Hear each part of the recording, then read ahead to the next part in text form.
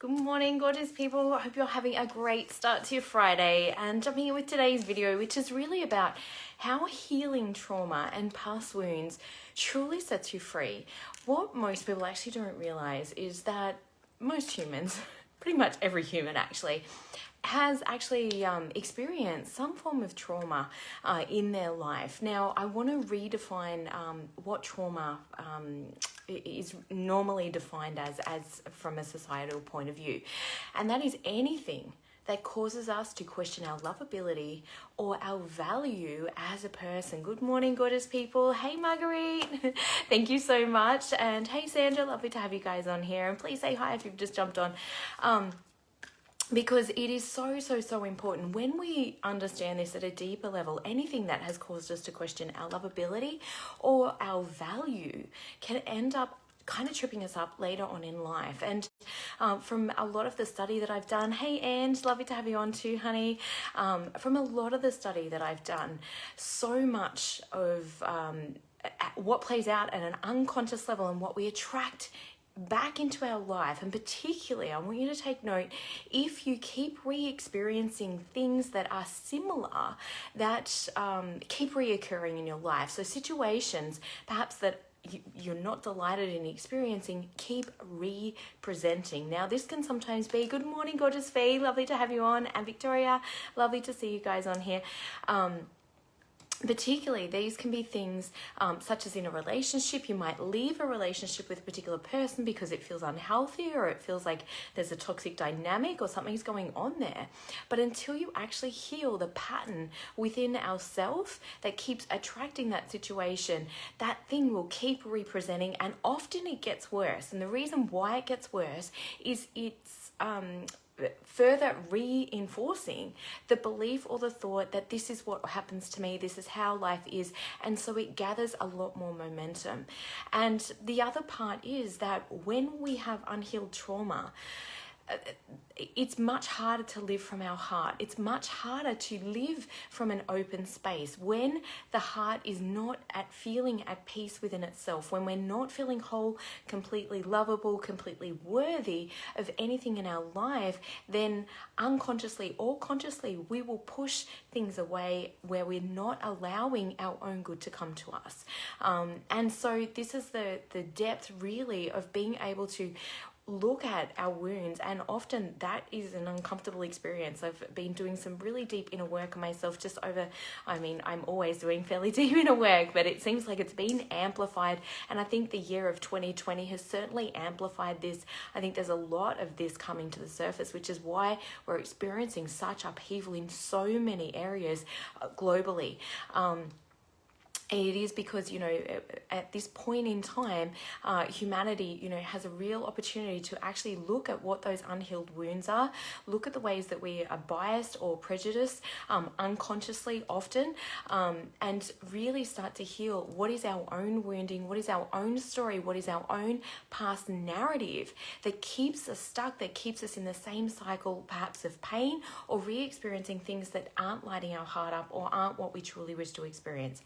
And often that actually takes sitting with the really uncomfortable feeling. And I love what Teal Swan teaches in this particular arena. And David Hawkins also wrote a great book called Letting Go.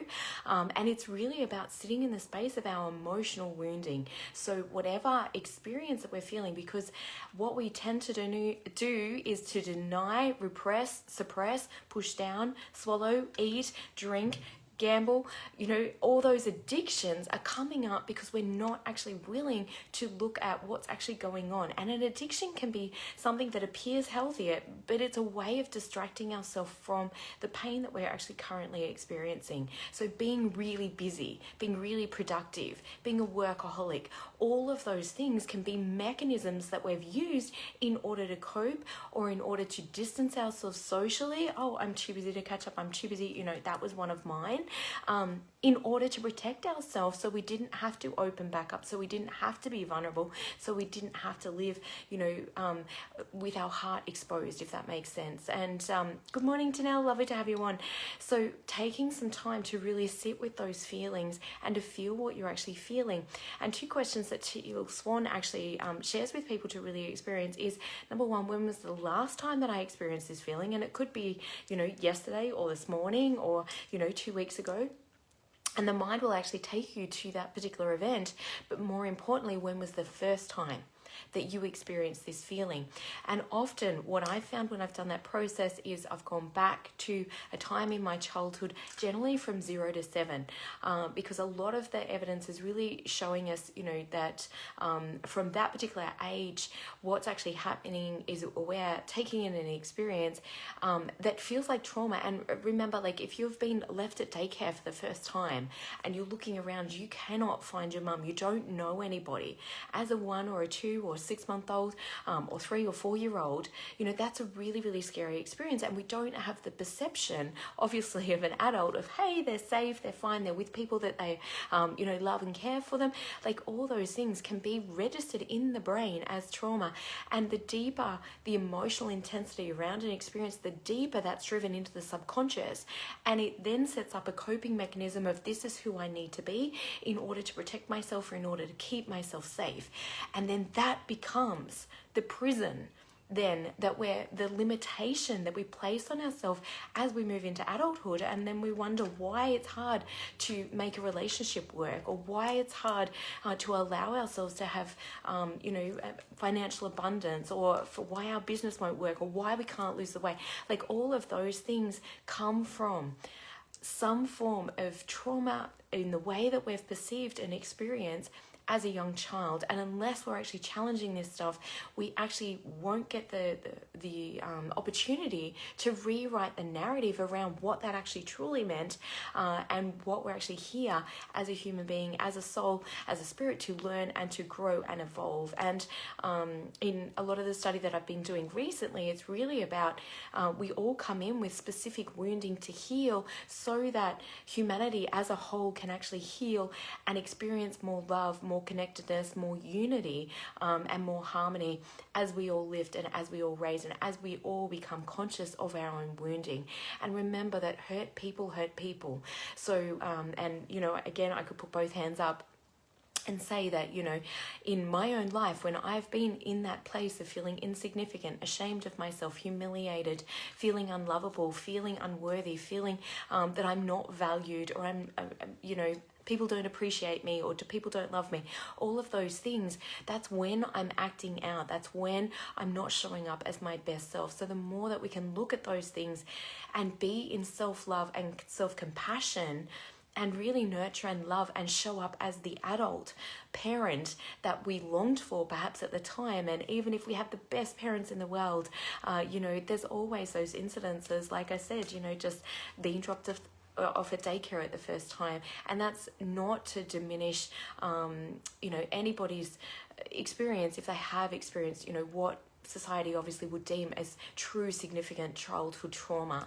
I'm not wishing to diminish that on any level, but it's also recognizing that many of us, particularly if you are extra sensitive, will have experienced different things over a period of time that have really impacted or shaped who you believe that you are, or who you believe that you can be as a human being. And of course, anything that causes us to question our lovability or our value really is impacting our experience as a human being, to be free, to be unlimited, to live the life that we truly want to express ourselves freely, and to live in the joy of who we truly are, and create what it is that we really want to create in life. So this is a huge amount of obviously the work that I do personally, one-on-one with clients. It's a lot of the work that we do in my Thrive program, but you can also sit with this yourself. It's just if this resonates for you, or if you're unsure how to actually move forward, because if you do not take care of this, I promise it will be impacting you either unconsciously or consciously in your life, in some way, shape or form. So it's really, really important. Sometimes, we do things that break our own morals and values in order to get our needs met. When there's stuff kind of playing out and you're like, oh my God, I can't believe I just did that, or I can't believe, this is where I'm at, or what's going on for me. It is because there is some form of unhealed trauma going on, and your body is going into an automatic, so it's in a program. And particularly if we're thinking about the past or we're thinking about the future, we are in a subconscious program. We're not in the presence. It's only when we're truly present to the here and now is when you are not in an old operating system that the subconscious is actually running. So, and that's the hardest thing about our programming and our conditioning and imprinting, is often we don't even know that we're doing that particular thing. And it's not until you start to really consciously challenge, hey, hang on a second, why am I actually doing that habit? Or why do I react that way? Or why do I feel so angry when this particular experience has come up, where I feel like I'm overreacting to something? And it's not an overreaction. You're being triggered in that moment by a wounding that's occurred, maybe 10, 15, 20, 30, 40, 50 years ago. And until we actually take time to really dig deep and to sit with those feelings and to experience not only the uncomfortability, but to let that emotion play through fully, and to really ask your inner child or your inner self, what is it that I need in this moment? Then that is the key to actually setting yourself free and to being able to write a new narrative. And it's very, very powerful to do this. And it is really, honestly, the thing that allows you to create at a greater and greater level. And the challenge is that often, and this is why it's so important to actually get clarity in the first place, because every single time you want to up-level your life, you want to have a better relationship, you want to increase your income, you want to have more business growth, or you want to take your body to the next level of health or fitness or well-being, you're going to bump up against the same stuff. So it's just that we get to heal those wounds at a deeper level, which again means that as you move throughout life, you're going to be less triggered by situations, circumstances. You're not going to be so overreactive. And when I say overreactive, I don't want to diminish your experience in that moment either, because it's really important. That message is just going to get louder, guys, until you take care of it. So that's how important this work is. Sending you all loads and loads of love, and wishing you an amazing day. Bye for now.